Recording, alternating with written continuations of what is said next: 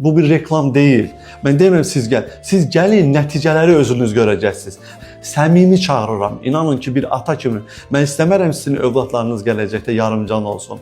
O ifadələri işlətmək istəmirəm, çünki mən bunu öz övladımda görmüşəm.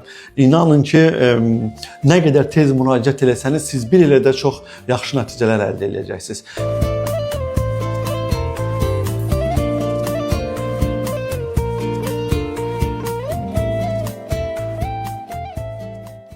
Mən deməli, Yusif Vəliyevin atasıyam. Əli Vəliyev, mən əlbəttə ki, sosial şəbəkələrdə məni tanıyırlar.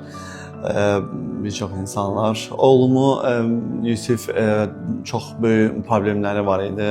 Burada demək olar ki, Yusif Esmira xanımın mərkəzinə müraciət edərkən demək olar ki, artıq autizm önü idi. Bunu etiraf eləmək lazımdır, bəli. İndi biz o qədər xoşbəxtik ki, yəni o ağır vəziyyətdə, o ağır günlərdən həm həyat yoldaşım, həm mən, biz bütün gün fikirləşirdik ki, yəni Yusifin gələcəyi necə olacaq. Amma Allaha çox şükür, yəni o qədər mən sizin mərkəzdən razıyam ki, Yusif artıq demək olar ki, yəni bugün tam normal bir insan, yəni öz yaşıdları necəsə düzdür. Bəlkə ola bilər 1-2 ay belə öz yaşıdlarından fərqi var, amma anlama, qavrama, Yusifin sayması, Yusifin insanları tanıması, adlarla çağırması, Yusifin sayları, Yusifin bütün heyvanlar aləmi, ondan sonra həyatda gördüyü hər şeyi məsəl üçün tanıması, adı ilə çağırması, aydın marketə girib istədiyini məsəl üçün müraciət edib alması, nə istəyirsə onu götürməsi, məsəl üçün evdə nə istəyirsə, nə yemək istəyirsə onu anasından məsəl üçün istəməsi, bunların demək olar heç biri yox idi. Bircə dənə ada sözünü deyə bilirdi. Yəni onu da ata kimi yox, sadəcə ada kimi tələffüz edirdi. İnanın səmimiyyətimə ki, insanlar bilirlər ki, mən heç vaxt yəni doğrunu, düzü danışan insanam həmişə. Çünki düz hər şeyə hər zaman kəsər. Bundan başqa heç bir ifadə bilmirdi.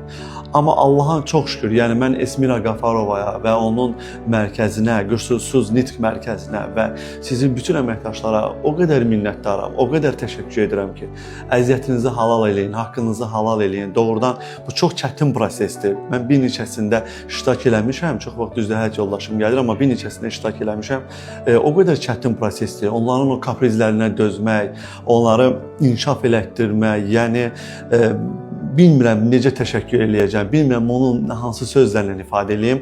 Ona görə mən ümumiyyətlə düşünürəm ki, Azərbaycanda belə mütəxəssislərə çox böyük ehtiyac var. Bugün cəmiyyətimizdə belə problemlər çoxdur, bunu etiraf eləməliyik və mən düşünürəm ki, Esmira Qafarova və onun mərkəzində, onun vasitəsilə bura gətirilmiş, burada bu məsələ ilə məşğul olan insanlara etibar etmək lazımdır.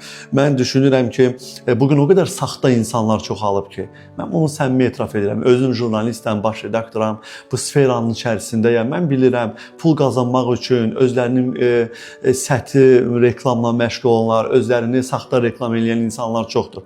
Amma təəssüflər olsun ki, nəticələri düzdür. Ola bilər ki, onların içərisində yaxşılar da var. Bəlkə mən bunu etiraf edirəm. Amma mən ən yaxşıları, yəni biz görün nə qədər yerlərə biz müraciət eləmişik və ən gözəl nəticələri, ən yaxşı nəticələri biz Esmira Qafarovanın mərkəzində tapmışıq. Ona görə yaxud Google-da yazmaqla siz asanlıqla bunu öyrənə bilərsiniz ki, bu psixoloji nitq eləməsi nə deməkdir, autizm nə deməkdir.